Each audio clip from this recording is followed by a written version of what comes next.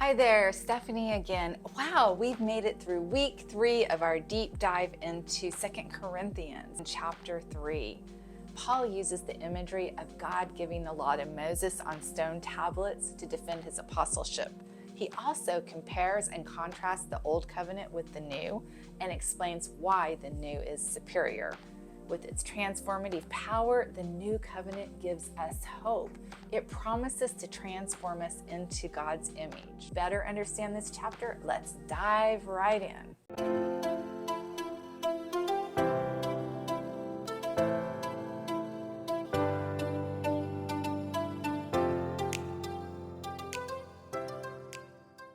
Early church often used letters of recommendation to introduce and authenticate those going from place to place ministering the gospel.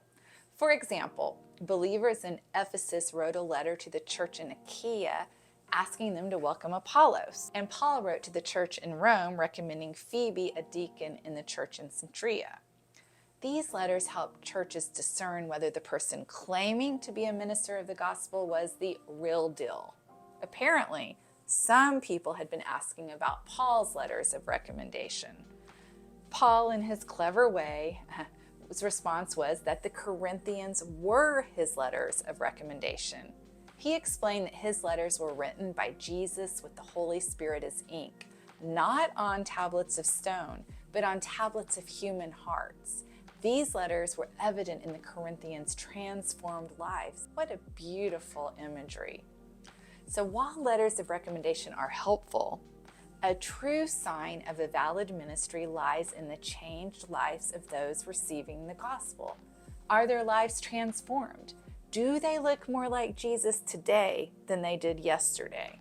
Paul emphasized that this transformation was not his doing, that it was God's doing. God had qualified him to be a minister of the new covenant. He then describes the new covenant by contrasting it with the old and highlighting its superior nature in bringing life and transformation. Let's look into that. The old covenant, also known as the Mosaic covenant, was a conditional covenant between God and Israel. It required the Israelites to obey God and keep the law in exchange for God's protection and blessings. However, the new covenant prophesied by Jeremiah in Jeremiah 31 was destined to replace the old. This is what Jeremiah proclaimed. "Behold, the days are coming, declares the Lord, when I will make a new covenant with the house of Israel and with the house of Judah. It will not be like the covenant I made with their fathers when I took them by the hand to lead them out of the land of Egypt, a covenant they broke, though I was a husband to them, declares the Lord. But this is the covenant I will make with the house of Israel after those days, declares the Lord. I will put my law in their minds and inscribe it on their hearts, and I will be their God, and they will be my people." Jesus fulfilled the old covenant and established the new covenant. Let's read Luke 22:20. "In the same way, after supper, he took the cup, saying, 'This cup is the new covenant in my blood, which is poured out for you.'" Paul contrasts the old and the new covenants in verses 6 through 16. He describes the law of the old covenant as the letter that kills and the ministry of death and condemnation. The law, in and of itself, isn't bad. In fact, it's holy and good. What kills us is the sin, and that sin is what the law reveals. It condemns us to death and is powerless to save us. Then Jesus brings us what Jeremiah prophesied, the new covenant. Paul describes the new covenant as the Spirit which gives life and the ministry of the Spirit and righteousness. The new covenant provides us salvation through Jesus Christ. Now, because God has inscribed his law on our hearts with his Holy Spirit as the ink, we can do what could never be done under the law: see God's glory. When Moses came down from Mount Sinai after talking with God and receiving the law, his face shone with God's glory. Consequently, the Israelites feared coming near him, so he hid his face with a veil. After that, when Moses was with God, he uncovered his face, and then he covered it again when he was with the Israelites.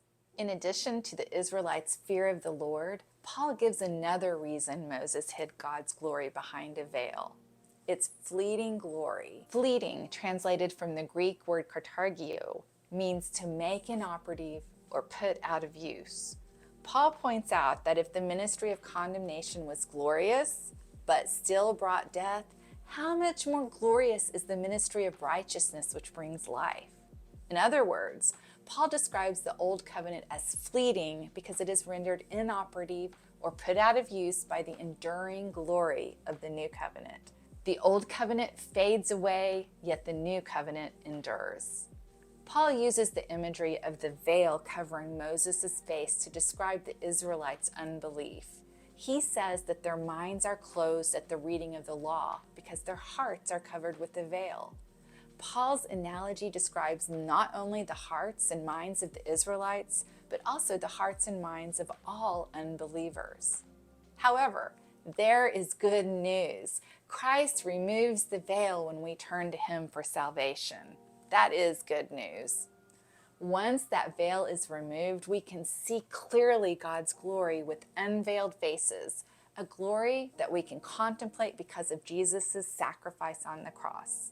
You see, at his death, the veil of the temple was torn top to bottom, removing the division between God and man. Hallelujah!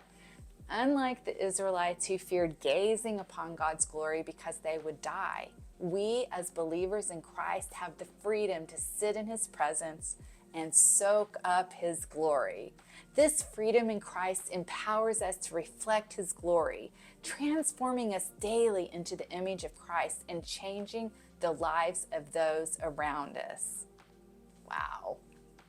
So, like Paul, as followers of Christ, the only letters of recommendation we need are the visible results of our ministries.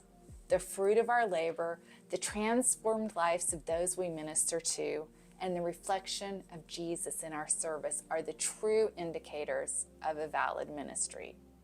So I ask you, do you look more like Jesus every day?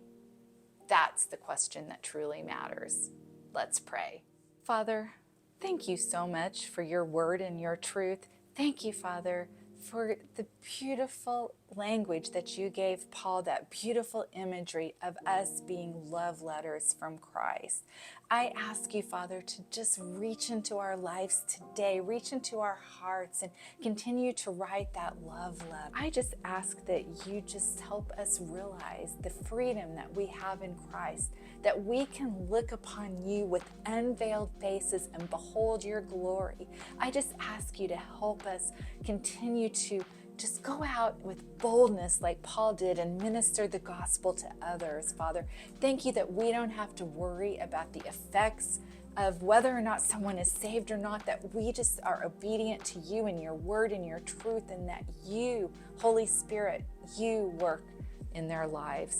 Father, I just ask you to be with us as we go through our week, Father, and that we are sensitive to your spirit and to your leadings and to your calling, that when there's someone who comes across our path and we're to minister to them, Father, that we are obedient and do that. I just pray for changed lives.